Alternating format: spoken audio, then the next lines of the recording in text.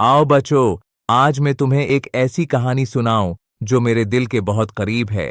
ये उस वक्त की बात है जब मैं तुम्हारी उम्र का था और हमारे गांव में बिजली भी नहीं हुआ करती थी।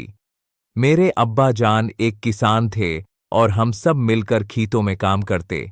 एक दिन हमने बहुत मेहनत से गंदम की फसल लगाई, लेकिन जब कटाई का वक्त आया तो आसमान पर काले बादल छा गए। बारिश ने सारी फसल खराब कर दी।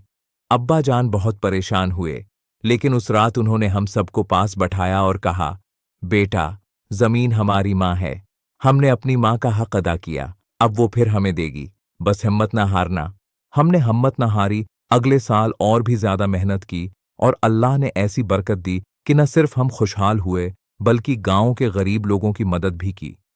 बच्चों, ये कहानी उस लिए सुनाई कि याद रखो, मेहनत का फल हमेशा मिलता है और मुश्किल वक्त हमेशा आरज़ी होता है। सब्र, दुआ और मेहनत से बड़ी कोई दौलत नहीं। अगर आपको मेरी कहानी पसंद आई हो तो अपने दादाजी से भी ऐसी बातें जरूर सुना करें और इस वीडियो को दूसरों से शेयर करें ताकि हमारी कहानियां जिंदा रहें।